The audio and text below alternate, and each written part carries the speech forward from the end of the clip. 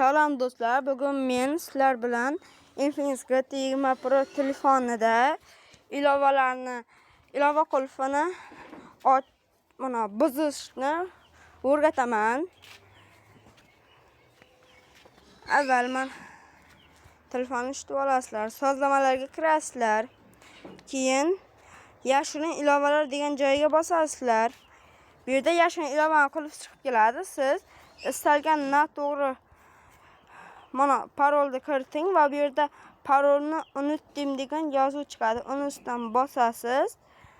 Buni bosasiz, qayta sozlash deylarsiz. Masalan, parolni qayta sozlasangiz bo'ladi. Mana bo'ldi. Masalan, siz parol yana qaytadan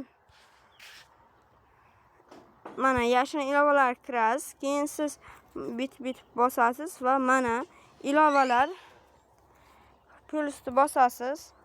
Bu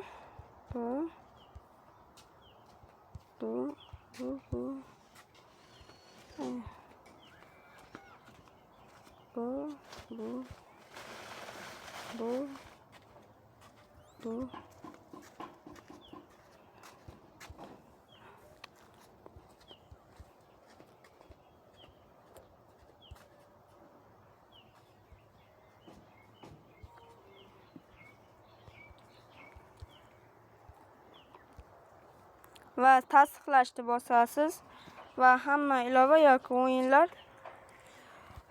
berkitiladi.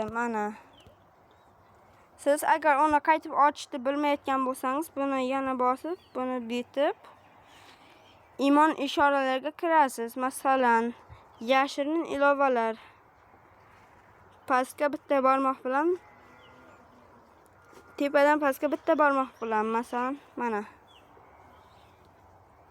yashirin bunday qilasiz va parolni kiritasiz, buni bosasiz va yashirin ilovalar va o'yinlar hammasi chiqib keladi.